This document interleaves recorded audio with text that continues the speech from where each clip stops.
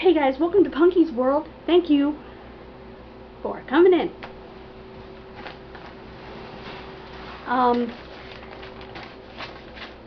Excuse me. This video is going to be a genealogy video. This is my brick wall. My great-grandmother. I'm going to tell you everything we know. I'll leave a link to my tree in the description so that you can look.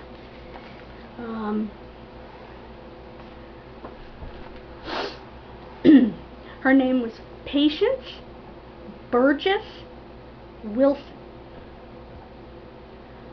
Burgess was, as far as we know, her maiden name. She was born, according to some sources, in 1868. It appears she was born June the 17th in County Armagh. She married Thomas Wilson in 1895, my great-grandfather. They had 5 children. They had James Edward in 1896, who was raised by Thomas's brother, James. Don't know why. They had Florence Patrice, born in 1898. She married a man by the name of George Willis. They had Robert Sr., which was my great-grandfather, in 1900, December 12th, 1900, who married my grandmother Angelina Hemingway. They had Mabel Jane in 1904, who married Frank Donahue, or if you go back to his family in Kentucky, Donahue. And finally, they had William Francis, born in 1908, who married Gladys Barney. None of their records state her parents' names. However, some of the birth records say unknown Burgess as the father, or the marriage record, I'm not sure which. And the mother is just plain unknown. It does say she was born in Tartarighan, which is the same area that the rest of them are from, generally. They're Portadown, that area. Milltown, which is in that same area. If you look at census records, she says she was born between 1868 and 1873. According to her obituary, she came here at 16 years old. We really don't know. I did have a cousin of my dad's who was going to talk to me some more. Unfortunately, she was ill at the time and she passed away from bladder cancer. Love you, Lorraine. Wish you could have stuck around. She was the closest to her grandmother. I'm going to put pictures of my great-grandmother in this video. Matter of fact, I'm going to put one, move me over, right on the side of me, over here, while I'm talking. She died in East Windsor, Broadbrook, Connecticut, in 1954, in October. Her census records dates are all over the place, like I said. That's where we get 1868 to 1873, 74 as a birth year. Also, in her children's birth records, her age changes sometimes in the wrong direction. So it's a mess.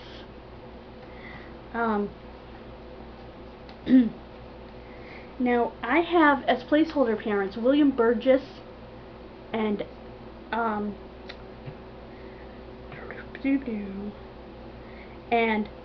Maria West, or Mariah as they would say it in Ireland, as her parents. But they can't be her parents because they came to the U.S. They died in Connecticut. So, and I had removed them, but someone who was a collaborator put them back. So, I do have their other children listed, but like I said, I hit the tripod. I don't really think they're her parents. We know she was very young when she came to the U.S. Was she a foundling? That was a big question that we had. She seemed to know, like I said, that her dad was Burgess. If you go back in how last names were done, that means that someone in her family was a Burgess. That's what they did for a living. I cannot remember what that is. But had no clue what her mom's name is. And again, all of my clues came from census and vital records. Any suggestions are welcome. We do have DNA. I have done it. My uncle, her grandson, has done it. Her other grandson, also named David, has done it. Who would be my uncle's first cousin, obviously. So I am working with the DNA, but it's very difficult to sort of suss out her part. It's a little bit easier with my uncle than it is with me, because I, of course, am dealing with my mother and my father's side, both sides of both of their sides, so it's a little more tedious. With my uncle, it's straightforward. It's his mother's side and his father's side.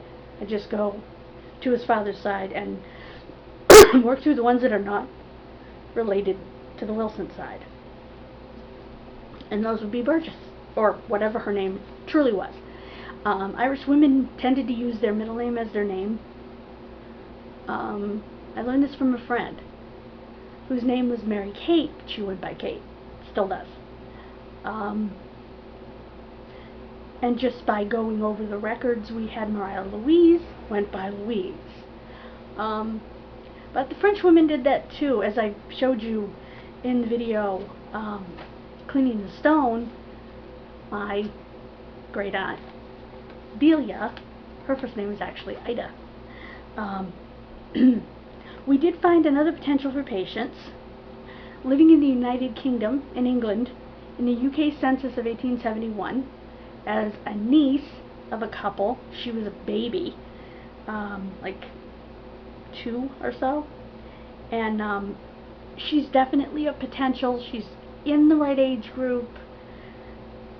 It's, like I said, it's potential. We have no way of verifying it. In the U.S., we have only found her in Connecticut. Unfortunately, the 1890 census quite literally went up in smoke. So I can't see what she was doing before she married in 1895. And nobody's been able to come up with a town census for East Windsor. Let me explain the whole Broadbrook thing.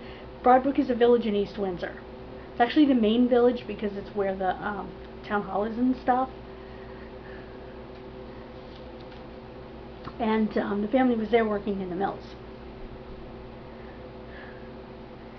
But we've only found her in Connecticut, even though we know that her husband's family, my great-grandfather's family, emigrated to Massachusetts, to western Massachusetts, to a town called Enfield.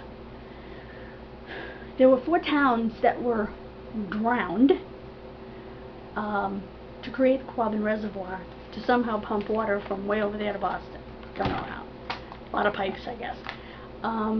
They were Greenwich, and no, it's not Greenwich. Greenwich. Dana, Enfield, oh dear, why can't I remember the other one? But anyway, I can't wait to go out there. There's a hill you can stand on where there's a plaque where Enfield was, and you can, there are little pieces of Enfield left, including like an old church. And when you stand up on this hill, you can see it, and like I said, there's a plaque. I want to get some pictures up there really bad,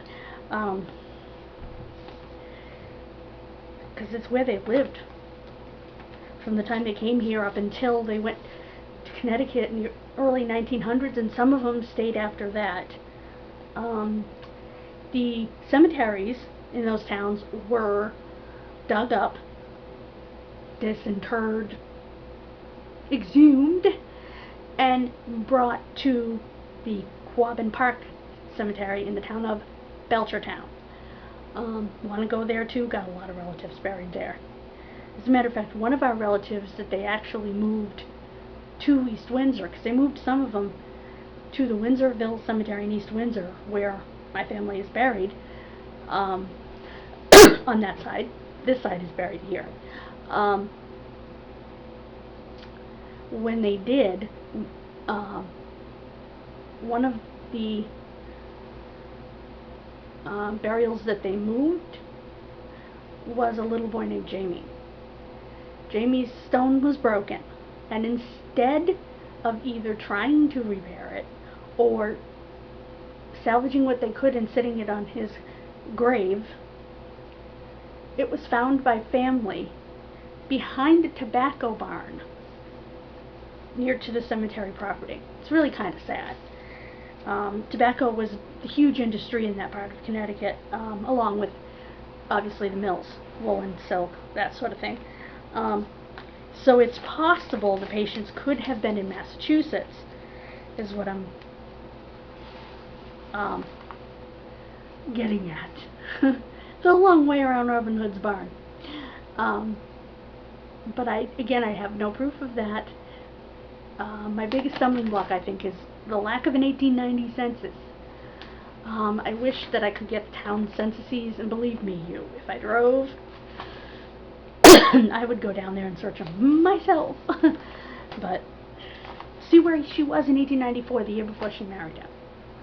You know.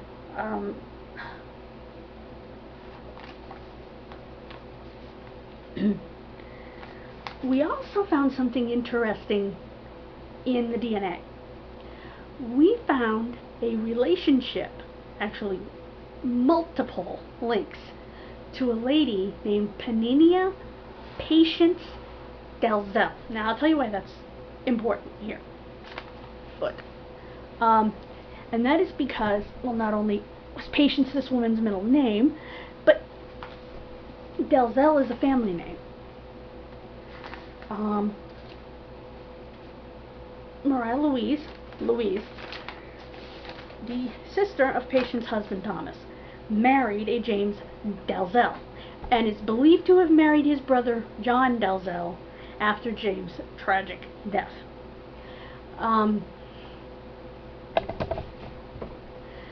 So when we found that, we thought,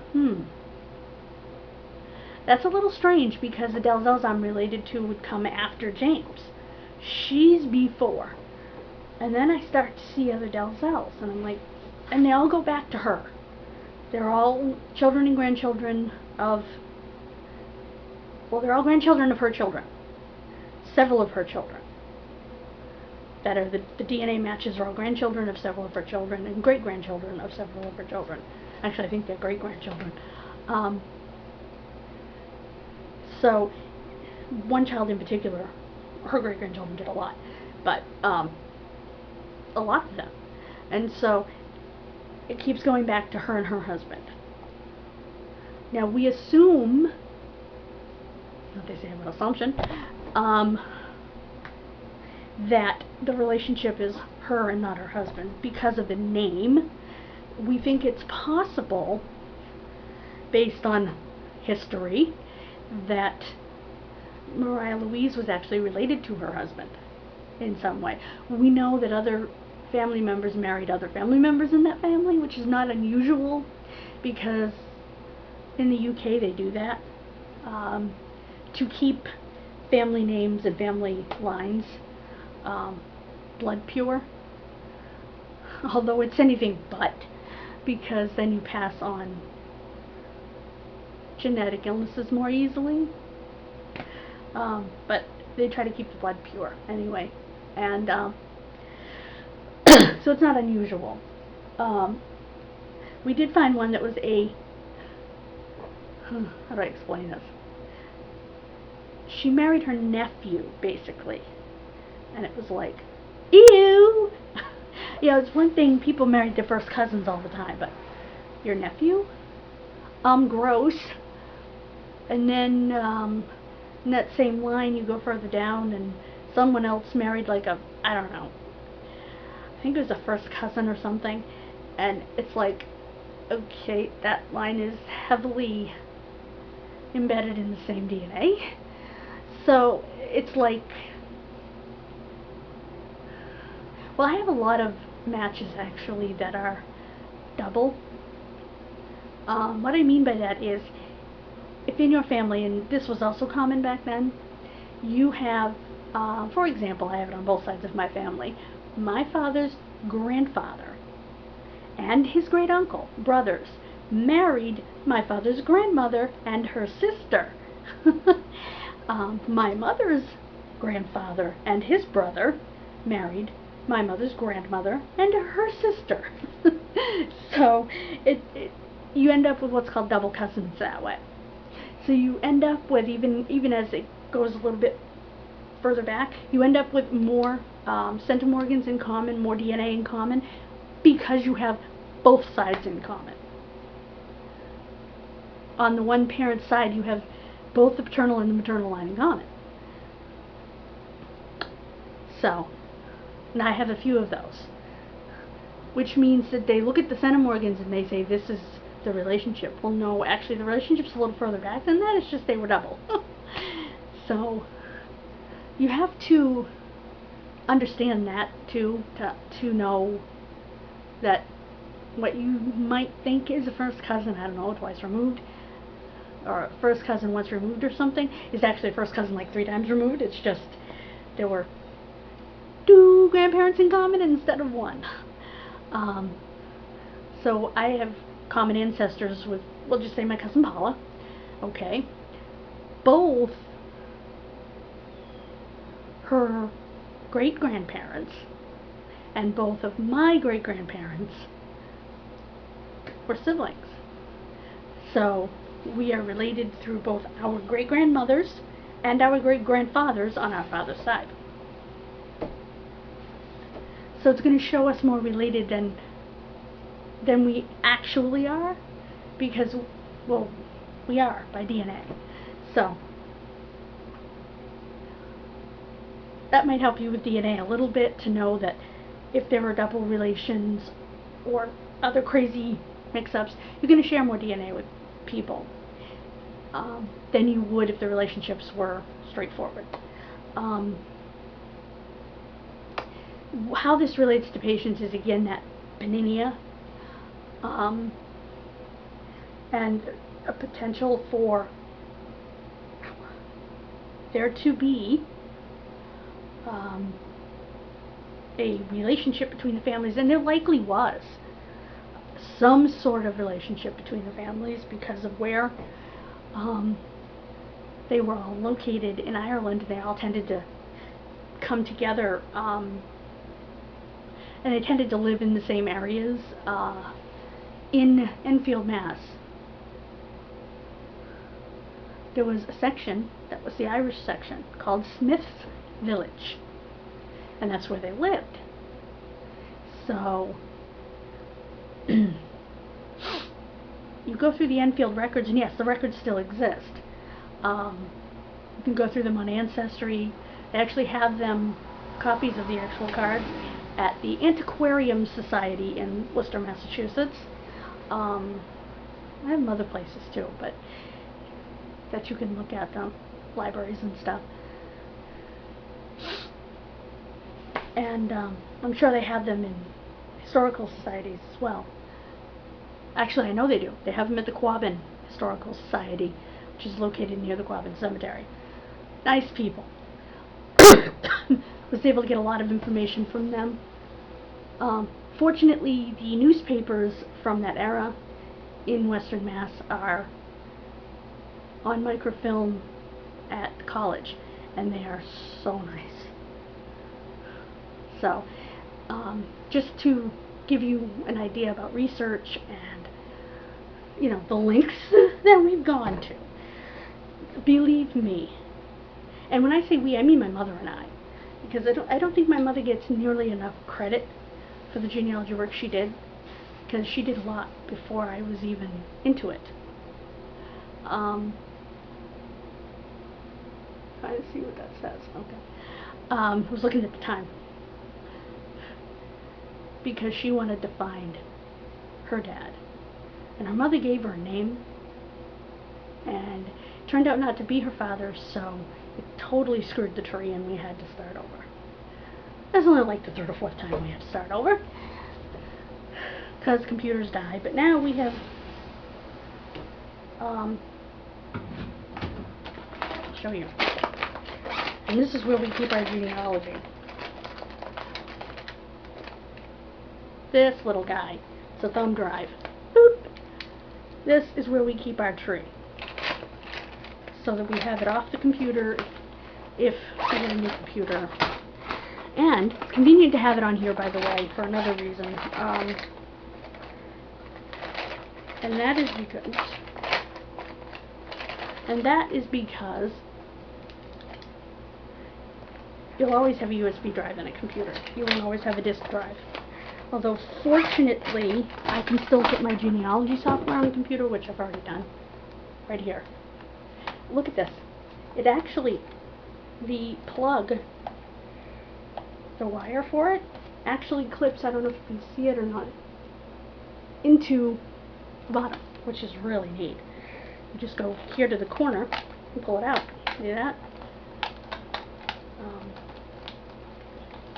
Alright, right here in the corner. Then you just pick it up.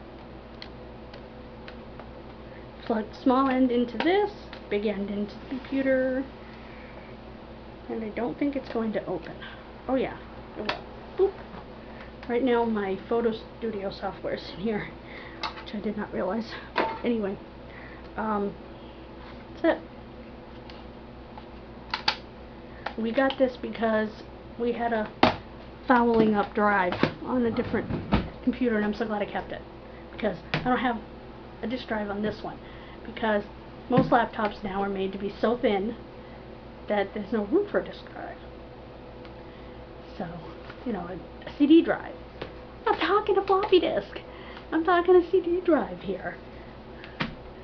So, in order to put my genealogy software and all that on there, I needed to use that. It works perfectly. Fortunately, most accessories, hardware, are plug and play. You don't have to put drivers in these days. So, that makes life easier when it comes to the genealogy as well. Just a few hints for you. I also have this, but unfortunately I can't figure out how to unlock it. It's a 2 terabyte external hard drive. Look how tiny that is. 2 terabytes. I actually have my kid missing stuff, some of my kid missing stuff on here, but I can't put the rest of it on there because, so I ended up putting it on thumb drives, because I can't figure out why it's in read-only. So until I can do that, I can't put anything on it. But I was excited to get it. Also, remember that you can use these guys. This one's 32. It simply slides right in there. It's the size of a thumb drive. And when it goes in the computer, that little light lights up. Boop. This also has a cover to protect and keep dust out of here, which I usually leave on. This goes in here, and then this goes into your USB, and you can, in my case, import my videos and edit them, which has to be my job today after I deal with my laundry. But thank you so much for stepping into Punky's world. You are always welcome here. I do not discriminate. Thank you for joining me, and I surely hope that I've helped you, and maybe you can help me. Let me know in the comments. Please hit subscribe for more videos like this, fun vlogs, and so much more. Have a great rest of your day, and God bless you.